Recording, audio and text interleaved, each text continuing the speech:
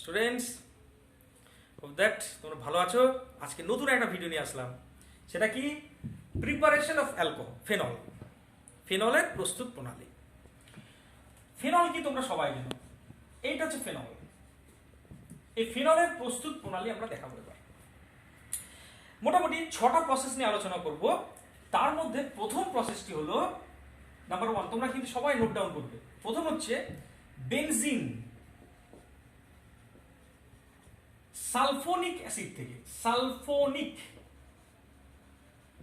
Acid থেকে, benzene sulphonic acid. তো benzene sulphonic অ্যাসিডটা কি তোমরা ক্লাস 11-এ করেছিলে? বেনজিনকে তুমি যদি গাঢ় H2S উপর মিশিয়ে হিট করো তাহলে বেনজিন বলয়ে SO3H গ্রুপ প্রবেশ করে, যেটাকে বলা হয় বেনজিন সালফোনিক অ্যাসিড। আমি নিচে নাম লিখছি না, তোমরা লিখবে কিন্তু। আমার এই মোবাইল দিয়ে শুট করি, সেখানে মানে টাইমটা খুব কম, তাই সময় বাঁচানোর জন্য আমি নিচে নাম লিখছি না, তোমরা কিন্তু লিখবে সবাই। এটা হচ্ছে বেনজিন সালফোনিক অ্যাসিড। তার মধ্যে এবার বিক্রিয়া করাবো, কিন্তু তোমরা বলতেই পারো যে স্যার আপনি তো বেনজিন বলয়ে OH গ্রুপ আনতে চাচ্ছিলেন, এই বেনজিন বলয়ে OH গ্রুপ আনতে চাচ্ছিলেন, তো SO3H কেন আনলেন? আপনি তো যেতে চাচ্ছিলেন জাপান, চলে গেলেন বাংলাদেশ। হ্যাঁ, আমি এইভাবে বললাম। তো কেন? কারণটা বলছি, দেখো মনে রাখবে বেনজিন বলয়ের উপরে এবং নিচে পাই ইলেকট্রন নিয়ে গেছে, কোন এক সময় বলেছিলাম। এখন যদি বেনজিন বলয়ে ডাইরেক্ট আমি OH প্রবেশ করাতে চাই, this is not possible, because OH minus কে এই পাই ইলেকট্রন রিপেল করবে, মানে বিকর্ষণ করবে। এই বিকর্ষণ করার দরুন OH মাইনাস কখনো বেনজিন বলয়ে প্রবেশ করবে না। কিন্তু আমি যদি বেনজিন বলয়ে আগে একটা SO3H গ্রুপ আনি, যেটা কিনে এনেছি, তাহলে SO3H কিন্তু ইলেকট্রন আকর্ষণকারী গ্রুপ। SO3H এর মাইনাস আর এফেক্টও আছে, আবার মাইনাস আইও এফেক্টও আছে। এই কারণে ইলেকট্রন জোরকে টেনে নিয়ে বেনজিন বলয়ের ইলেকট্রনের ঘনত্ব কমিয়ে দেবে। এবার যদি OH মাইনাস অ্যাপ্রোচ করতে চায়, পসিবল, কারণ বেনজিন বলয়ের ইলেকট্রনের ঘনত্ব আর অতটা বেশি নেই। উপরন্তু SO3H খুব ভালো একটা লিভিং গ্রুপ, সহজে বেরিয়ে যায়। OH মাইনাস যদি বলে আমি আসছি তুই বেরো, ও বলবে হ্যাঁ আমি চলে যাচ্ছি। এই কারণে SO3H এর দুটো কাজ, একটা হচ্ছে বেনজিন বলয়ের ইলেকট্রনের ঘনত্ব কমিয়েও দিচ্ছে, আবার এক সহজে সরে গিয়ে OH মাইনাসকে আসতেও দেবে। তার জন্য আগে SO3H নিয়ে আসা হলো। তবে প্রথমে কিন্তু বিক্রিয়া করানো হয় লঘু NaOH এর সাথে, এটা ডাইলুট বা লঘু NaOH, এবং এর মধ্যে একটা অ্যাসিড বেস রিঅ্যাকশন হবে। কিরকম? এ যেহেতু অ্যাসিড তাই H প্লাস ছাড়বে, আর এ যেহেতু ক্ষার তাই OH মাইনাস ছাড়বে। তাহলে এই OH মাইনাস আর H প্লাস মিলে জল হিসেবে বেরিয়ে যাবে। তাহলে কি পড়ে থাকবে দেখো, বেনজিন বলয় SO3, আর H লিখবো না, কেন? H আর OH মাইনাস তো বেরিয়ে গেছে, তাহলে এখানে পড়ে থাকবে SO3Na। এটাকে বলা হয় benzene sodium benzene sulphonate. Note down করবে, সোডিয়াম বেনজিন সালফোনেট, অর্থাৎ বেনজিন সালফোনিক অ্যাসিডের সোডিয়াম লবণ। এবার কি করব, এই যৌগটাকে গাঢ় NaOH সহ হিট করব অ্যারাউন্ড 350 ডিগ্রি সেলসিয়াস। তবে এই NaOH আর SO3Na বিক্রিয়া করবে এবং এখান থেকে Na2SO3 গ্রুপটা বেরিয়ে যাবে।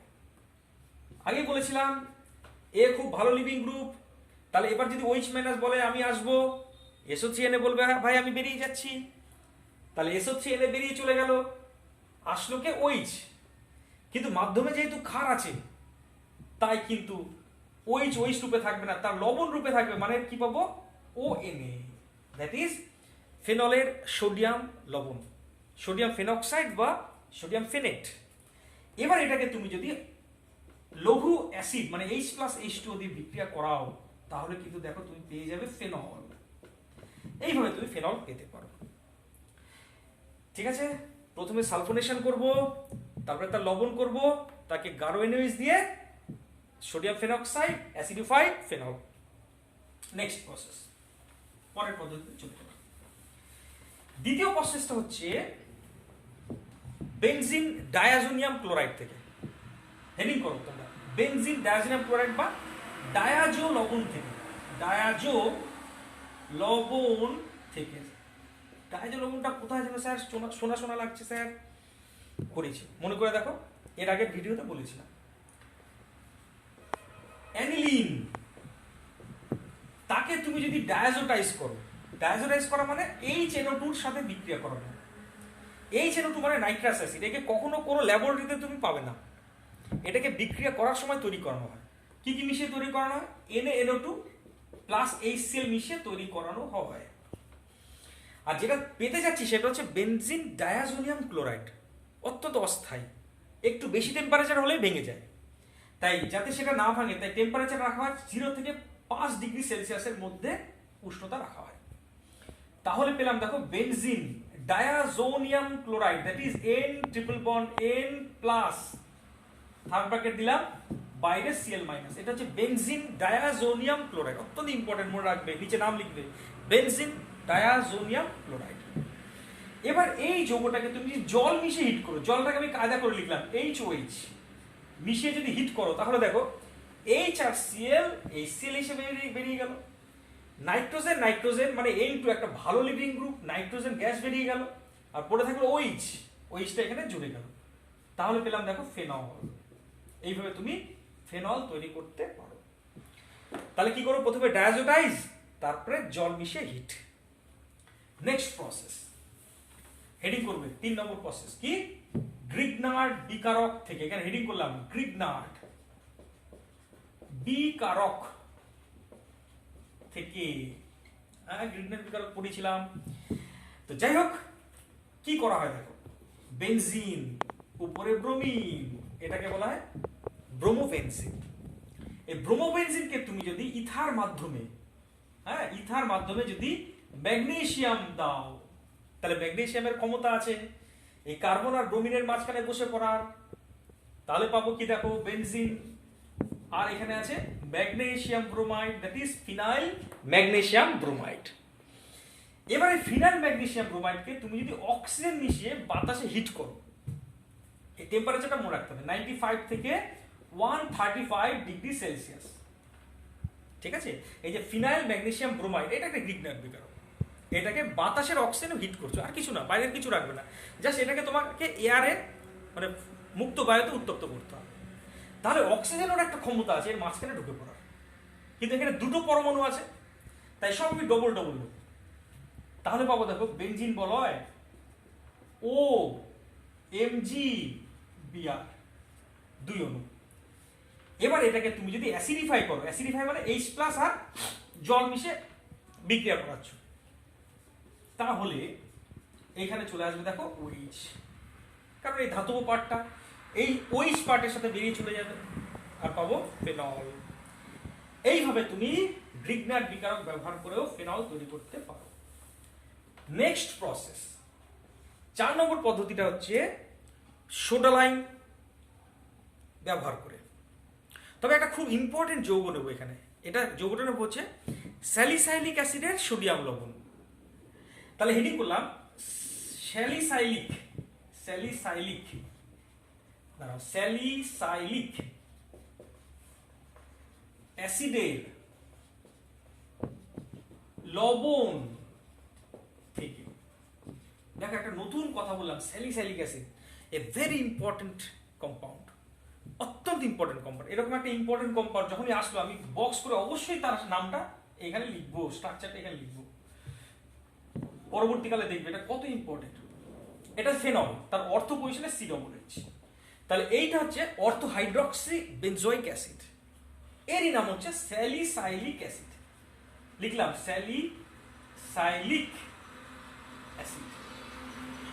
কিন্তু আমি ফেনল তৈরি করবো স্যালিসাইলিক অ্যাসিড থেকে নয়, স্যালিসাইলিক অ্যাসিডের লবণ, সাধারণত সোডিয়াম লবণ নেওয়া হয়। অর্থাৎ যৌগটা হচ্ছে COON। তাহলে এটার নাম কি বলতো? স্যালিসাইলিক অ্যাসিডের সোডিয়াম লবণ, মানে সোডিয়াম স্যালিসাইলেট। এখানে নাম লিখবে তোমরা, সোডিয়াম স্যালিসাইলেট। এই সোডিয়াম স্যালিসাইলেটকে তুমি যদি সোডা লাইম মিশিয়ে হিট করো, সোডা লাইম, সোডা লাইম মানে কি সেটা উপরে লিখছি। সোডা লাইম মানে মনে করে দেখো NaOH আর পোড়া চুনের মিশ্রণ, সমআয়তন মিশ্রণ, মিশে হিট করবে। এটা ক্লাস 11-এ তোমরা পড়েছিলে, মনে করে দেখো। কোন একটা কার্বক্সিলিক অ্যাসিডে, আমি মনে করাচ্ছি জাস্ট, এটা অন্য প্রসঙ্গ, তার সোডিয়াম লবণকে যদি তুমি সোডা লাইম মিশিয়ে হিট করো, মনে করে দেখো এই গ্রুপটা পুরো উড়ে চলে যায়, তার জায়গায় হাইড্রোজেন চলে আসে এবং তৈরি হয় মিথেন। তাহলে এখানে কি হবে? একই ঘটনা ঘটবে। অ্যাকচুয়ালি হয়টা কি জানো, সোডা লাইম মানে CaO আর NaOH। মনে রাখবে, মেকানিজমটা বলে দিচ্ছি। এখানকার NaO এই COO এর সাথে বেরিয়ে চলে যায়, ঠিক আছে? তাহলে COO আর NaO, তাহলে কি তৈরি হচ্ছে দেখো, খেয়াল করে দেখো, Na2CO3 সাইড প্রোডাক্ট হচ্ছে Na2CO3 হিসেবে বেরিয়ে গেল এই অংশটা, এই আমি যেটা মার্ক করেছি সেটা Na2CO3 হিসেবে বেরিয়ে যায়, ঠিক আছে?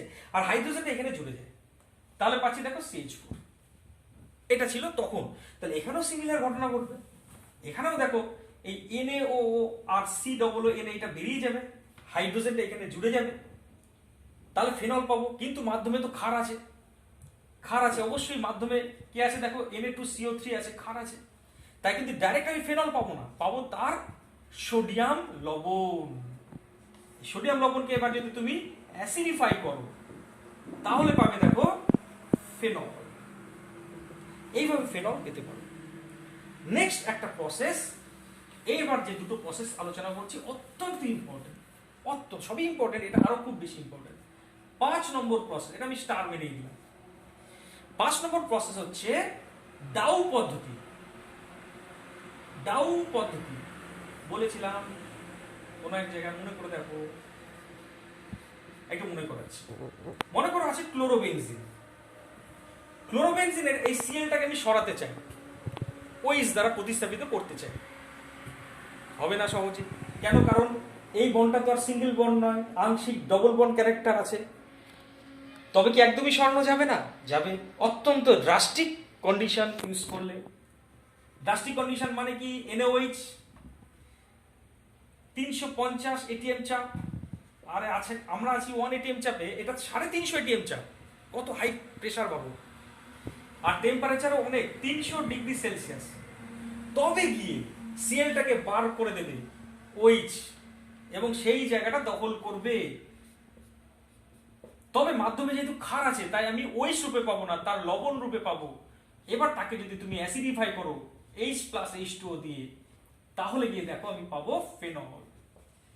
এই হচ্ছে ফেনল তৈরি করার পদ্ধতি, ডাউ প্রসেস। এটা কিন্তু একটা ইন্ডাস্ট্রিয়াল প্রসেস, মাইন্ড ইট, কারণ লার্জ স্কেলে এটা তৈরি করা হয়। কিন্তু এখানে একটা মেকানিজম জড়িত আছে। মেকানিজমটা কখনোই তোমাদের ক্লাস 12 এর জন্য আসবে না, কখনো 12 আসবে না, এটা শিওর। কিন্তু তবুও যারা যেই জয়েন্ট এন্ট্রান্সে বসতে চাও তাদের জন্য এই মেকানিজমটা আমি বলছি। সবার জন্যই দেখো, সবকিছু নয়, আবার সবার জন্যই সবকিছু। চেষ্টা করলে সবাই সবকিছু পারে, এটা হচ্ছে ঘটনা। কিন্তু যাই হোক, যারা ইন্টারেস্টেড নয় তারা এই পর্যন্ত দেখতে পারো। তো আমি পরবর্তী যারা একটু ইন্টারেস্টেড তাদের জন্য এই কথাটা বলছি। মেকানিজমটা কিরকম দেখো, আমি ওই যৌগটাকে মানে ক্লোরোবেনজিনকে আমি এইভাবে লিখলাম। খুব ড্রাস্টিক কন্ডিশন তুমি ইউজ করেছো। NaOH থেকে আসবে OH মাইনাস। OH মাইনাসের কাজ কি? সবসময় একটা H প্লাসকে খোঁজা, কারণ OH মাইনাস যদি একটা H প্লাস পায় তাহলে তো জল হয়ে যাবে। এখন খেয়াল করো, এখানে একটা হাইড্রোজেন আছে, এখানেও আছে, এখানেও আছে, এখানেও আছে, এখানেও আছে। এখানে কিন্তু হাইড্রোজেন নেই, তার জায়গায় Cl আছে। যাই হোক, আমার এই হাইড্রোজেনটা দেখানো দরকার বলে দেখালাম। এখন OH মাইনাস এই হাইড্রোজেনকে বলবে আমার সাথে H প্লাস হিসেবে বেরিয়ে আয়, বলবে আসছি। তাহলে এই বন্ডটা দেখো এবার এখানে চলে আসবে, আর সিএলটা বন্ড সহ উপরে চলে যাবে। কেন সিএল বেরিয়ে গেল? কারণ সিএল একটা খুব ভালো লিভিং গ্রুপ, এই কারণে ক্লোরিন সিএল মাইনাস রূপে বেরিয়ে গেল। ঘটনাটা কি ঘটলো দেখো, OH মাইনাস হাইড্রোজেনকে অর্থাৎ H প্লাসকে ধরলো, এই বন্ডটা এইখানে চলে এসে ডবল বন্ড হয়ে গেল, সিএলটা বেরিয়ে চলে গেল। তাহলে কি পাচ্ছি দেখো, একটা নতুন যৌগ পেলে। তোমরা এর আগে জীবনে এই যৌগটা কখনো দেখোনি। সেটা কি? এইখানে একটা আরেকটা বন্ড আসলো, ট্রিপল বন্ড, মানে এটা অ্যালকাইনের মতো, কিন্তু অ্যালকাইন না বলে এটাকে বলা হয় বেনজাইন। আর সাইড প্রোডাক্ট যা পেয়েছো না লিখলে হবে, Cl মাইনাস পেয়েছো আর H2O পেয়েছো, সাইড প্রোডাক্ট। এবার এই যৌগটার সাথে এবার বিক্রিয়া করে আরেকটা OH মাইনাস। আরেকটা OH মাইনাস কোথা থেকে আসে? এই OH NaOH থেকে। OH মাইনাস এসে এবার এই কার্বন অ্যাটাক করে, এই পাই বন্ডটা এই Cl এর মাথায় চলে আসে। তাহলে পাওয়া যায় দেখো নেগেটিভ OH। এবার মাধ্যমে জল আছে, কেন জল, কোথা থেকে জল পেয়েছি, দেখো এইচ প্লাস আর ওইচ মাইনাস মিলে জল তৈরি করেছিল। সেই জলটাকে আমি আরেকবার দেখাচ্ছি, এইটা হচ্ছে জল, মানে এই জলের উপর এই নেগেটিভ চার্জ বলবে আমার তো একটা এইচ প্লাস চাই, জল বলবে নে ভাই এইচ প্লাস দিলাম, কিভাবে, এই বন্ডটা এখানে চলে আসবে। যদি বন্ডটা এখানে চলে আসে, এই হাইড্রোজেনটা কি রূপে বেরোবে, এইচ প্লাস রূপে। এবার এইচ প্লাসকে ধরে নেবে এই নেগেটিভ চার্জটা, তাহলে পাচ্ছি দেখো এইখানে OH group plus side product OH minus, যে ওইচ মাইনাস থেকে শুরু করেছিলাম সেটাকে আবার ফিরে পেলাম। এখন কথা হচ্ছে দেখো ওইচটা যে সিএল এ, যে কার্বনের সাথে সিএল ছিল সেখানে কিন্তু যায়নি, গেছে কোথায়, পাশের কার্বনে। তো এইটা কি করে জানা যায়, এইখানে রেডিও কার্বন ডেটিং করা হয়েছে, মানে এই কার্বনটাকে রেডিওঅ্যাক্টিভ কার্বন দিয়ে ডিনোট করা হয়েছে, এবং দেখা গেছে যে যে কার্বনে সিএল ছিল সেই কার্বনে কিন্তু ওই যুক্ত হয়নি। এটা প্রমাণ যে এখানে বেনজেন ইন্টারমিডিয়েট তৈরি হয়েছে, এটা সবচেয়ে বড় প্রমাণ। তো যাই হোক, আরো ডিটেলস আমি গেলাম না। নেক্সট পরের বিষয়ে চলে আসছি, সেটা হচ্ছে কিউমিন পদ্ধতি। কিউমিন পদ্ধতি অত্যন্ত ইম্পর্টেন্ট ফেনল তৈরি। এখানে হেডিং করলাম 6 নম্বর পদ্ধতি, কিউমিন পদ্ধতি। কিউমিন পদ্ধতিতে কি করা হয়, ফেনল নেওয়া হয়, সরি ফেনল না, বেনজিন নেওয়া হয়। বেনজিনের সাথে বিক্রিয়া করানো হয় CH2 double bond CH CH3, মানে প্রপিনের সাথে বিক্রিয়া করানো হয়, এটা সবাই জানো, এটা প্রপিন। এবং এখানে নেওয়া হয় phosphoric acid H3PO4, 250 degree Celsius temperature রাখা হবে, মনে রাখবে, টেম্পারেচার মনে রাখতে হবে। তাহলে গিয়ে তৈরি হয় কিউমিন। সেটা দেখতে কেমন, এইটা হচ্ছে কিউমিন। আইসোপ্রোপাইল বেনজিনও বলা হয় এটাকে, কারণ এটা হচ্ছে আইসোপ্রোপাইল গ্রুপ, তার সাথে বেনজিন আছে, তাই এটা হচ্ছে আইসোপ্রোপাইল বেনজিন বা কিউমিন। তোমরা নাম নিচে লিখবে, কিউমিন বা আইসোপ্রোপাইল বেনজিন। অ্যাকচুয়ালি এর একটা মেকানিজম আমি দেখাতে পারি, একটু মেকানিজম স্টাডি করে পড়লে জিনিসটা আরো ভালো বোঝা যায়।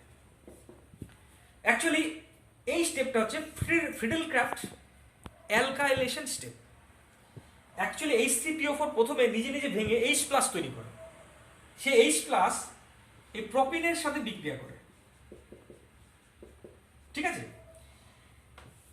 আমি এই দিকে দেখালাম, এখানে মেকানিজম লিখলাম। তা প্রপিনের সাথে এইটা ভেঙে যে H প্লাস তৈরি হচ্ছে, সে H প্লাস বিক্রিয়া করবে কিভাবে, এই পাই বন্ডটা ছুটতে এইটাকে ধরবে, ধরলে পরে কি পাচ্ছে দেখো, এইটা হয়ে গেল CH3, এইটা হয়ে গেল CH প্লাস, এইটা হয়ে গেল CH3। দেখো এবার এই কার্বনে পজিটিভ চার্জ এসছে, তাহলে বেনজিনটা এই কার্বোক্যাটায়নের সাথে বিক্রিয়া করবে, এই পাই বন্ডটা ছুটতে গিয়ে এটাকে ধরবে, এবং তারপরে কি হবে তোমরা জানো যে সিগমা কমপ্লেক্স তৈরি হবে, এবং আরো অনেক স্টেপগুলি আছে, সেই স্টেপগুলি আর বললাম না।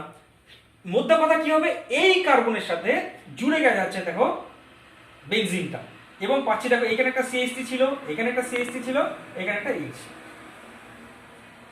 এই যৌগটাই কিন্তু এটা। তাহলে কি হয়েছিল, প্রোটনেশন হয়েছিল, হয়ে এখানে প্লাস চার্জ এসেছিল, সেখানে বেনজিন বলা একটা জুড়ে গিয়ে তৈরি হয়েছিল এই কিউমিন, মানে এই যৌগটা। এখন খেয়াল করো, এই যে কিউমিনটা আমি পেলাম, তার একটা বেনজাইলিক হাইড্রোজেন আছে, এই হাইড্রোজেনটাকে বলে বেনজাইলিক হাইড্রোজেন। মনে করে দেখো, অন্য জায়গায় বলেছিলাম বেনজিন বলার সাথে যে কার্বন যুক্ত সেটাকে বলে বেনজাইলিক কার্বন, তার সাথে যে হাইড্রোজেন আছে সেটাকে বলে বেনজাইলিক হাইড্রোজেন। বেনজাইলিক হাইড্রোজেন খুব রিঅ্যাক্টিভ হয়।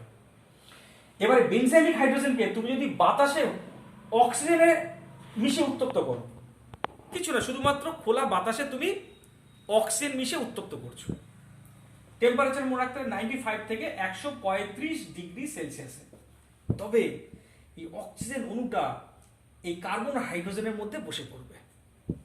কেন এমনটা হলো, কারণ এই হাইড্রোজেনটা খুব রিঅ্যাক্টিভ, এই কারণেই অক্সিজেন অণুটা এই কার্বন আর হাইড্রোজেনের মধ্যে বসে পড়লো, এবং আমরা পেলাম দেখো সি তো ছিলই, হ্যাঁ উপরে CH3 তো ছিলই, এই CH2 ছিল, আর হয়েছে কি এখানে একটা O, এখানে একটা O, এখানে একটা H।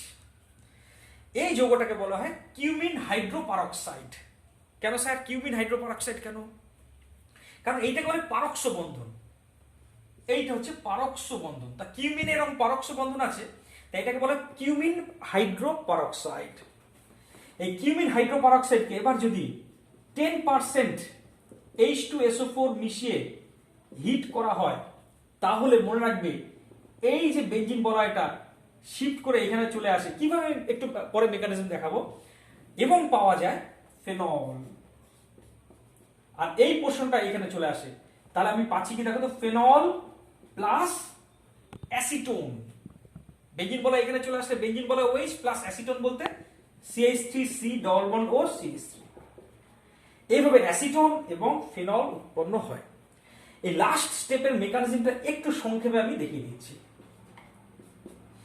আমার কাছে ছিল দেখো বেনজিন বলয় CH3CH3OOH, একে তুমি H প্লাস দিয়েছো, এই যে 10% H2SO4, তাহলে এই লোন পেয়ারটা ধরবে এইটাকে, তাহলে আমার হবে এটা কি দেখো OH, H ও এর মাথায় প্লাস, কেন OH টা H কে ধরলে OH প্লাস হয়ে গেল, আর এখানে কি চলে আসলো ও তো ছিলই, তার সাথে CH3 বেঞ্জিন বলয়। এবার একটা অদ্ভুত ঘটনা ঘটবে, কিরকম, এই বন্ডটা খুলে জল এসে বেরিয়ে চলে আসবে, তখন কিন্তু ওর মাথায় প্লাস চার্জ তৈরি হবে, কিন্তু সেই ঘটনাটা প্লাস চার্জ আর হতে দেবে না, এই বন্ডটা এইখানে মাইগ্রেট করবে, পুরো বেঞ্জিন বলয়টা এখানে মাইগ্রেট করে চলে আসবে। তাহলে দেখো জল বেরিয়ে গেছে, আর এখানে বেঞ্জিন বলয়টা এবার ও এর সাথে যুক্ত হয়েছে, তাই আমি লিখলাম দেখো বেঞ্জিন বলয় ও CH3 C এর মাথায় কিন্তু প্লাস চার্জ। এবার এর সাথে জলের বিক্রিয়া হয়, জলের লোন পেয়ারটা গিয়ে এখানে আসে এবং লোন পেয়ার অ্যাটাক হবে, একটা H প্লাস বেরোবে, একটা ধাপে দেখিয়ে দিলাম। তাহলে পাবো দেখো বেঞ্জিন বলয় OCOH CH3 এবার এই বন্ডটা এইখানে চলে আসবে, ঠিক আছে, আর এই বন্ডটা খুলে এখানে চলে আসলো। তাহলে দেখো তো H বন্ডটা যখন খুলে এখানে চলে আসলো, হাইড্রোজেনটা H প্লাস হয়ে যাবে, সেই H প্লাস থেকে এই O মাইনাসটা ধরবে। আরেকবার রিপিট, এই বন্ডটা যখন এইখানে চলে আসলো, এই হাইড্রোজেনটা H প্লাস, এই বন্ডটা যখন এখানে চলে আসলো, ও এর মাথায় মাইনাস, সেই মাইনাসটা H প্লাস কে ধরে তৈরি করলো ফেনল, প্লাস দেখো তৈরি হলো সাইড প্রোডাক্ট অ্যাসিটোন, কারণ এখানে, তাহলে অ্যাসিটোন কেন, CH3C ডবল বন্ড ও CH3। দেখো এইভাবে তোমার পুরো মেকানিজম দেখিয়ে দিলাম। তবে এই স্টেপটা তোমাদের অনলি ফর জেই, তোমাদের এইচএস লেভেল পর্যন্ত এইটুকু, ঠিক আছে। আজকে এই পর্যন্ত, পরবর্তী বিষয় নেক্সট ভিডিওতে আলোচনা করব।